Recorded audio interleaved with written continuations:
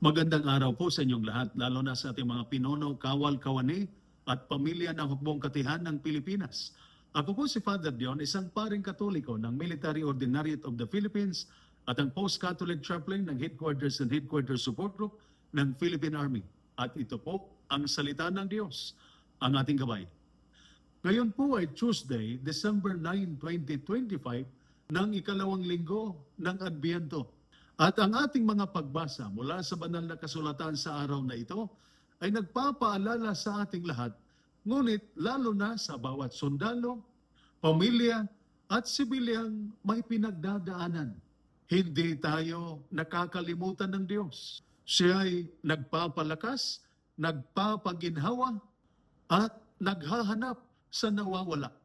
Sa ating unang pagbasa mula sa aklat ni Propeta Isaias, chapter 40, verses 1 to 11, nagsimula ang pagbasa sa utos ng Diyos. Aliwin ninyo ang aking bayan.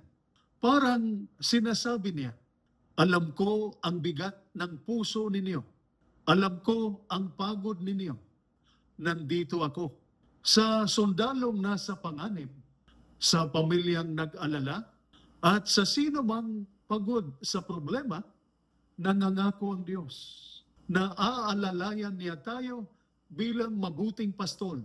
Kakalingain ang mahina at bubuhatin ang sugatan. Ang tibay loob or inner strength ay nagsisimula kapag alam nating hindi malayo ang Diyos. Kasama natin sa bawat hamon. Sa ating Ebanghelyo, ayon sa Ebanghelyo ni San Lucas, chapter 18, verses 12 to 14, tinuturo ni Jesus ang larawan ng pastol na hinahanap ang isang nawawalang tupa. Sinasabi ng Diyos sa atin, hindi kita nalilimutan, hindi kita pababayaan sa sundalong nakaramdam ng pag-iisa at pagod, sa pamilyang nababalot ng pangamba, sa sibilyang naguguluhan. Hinahanap ka ng Diyos, inaaalalayan, at ibinabalik sa kapayapaan. Ito ang ugat ng espiritual na katatagan. Ang paniniwalang hindi tayo sinusukuan ng Diyos. Sa panahon ng Adbiento, sinasabi ng Diyos, aalalayan kita, palalakasin kita, hahanapin kita kung ikaw ay nawawala. Dito tumitibay ang loob, lumalalim ang pag-asa, at lumalago ang ating katatagan. Ito po ang salita ng Diyos, ang ating gabay. Manalangin tayo.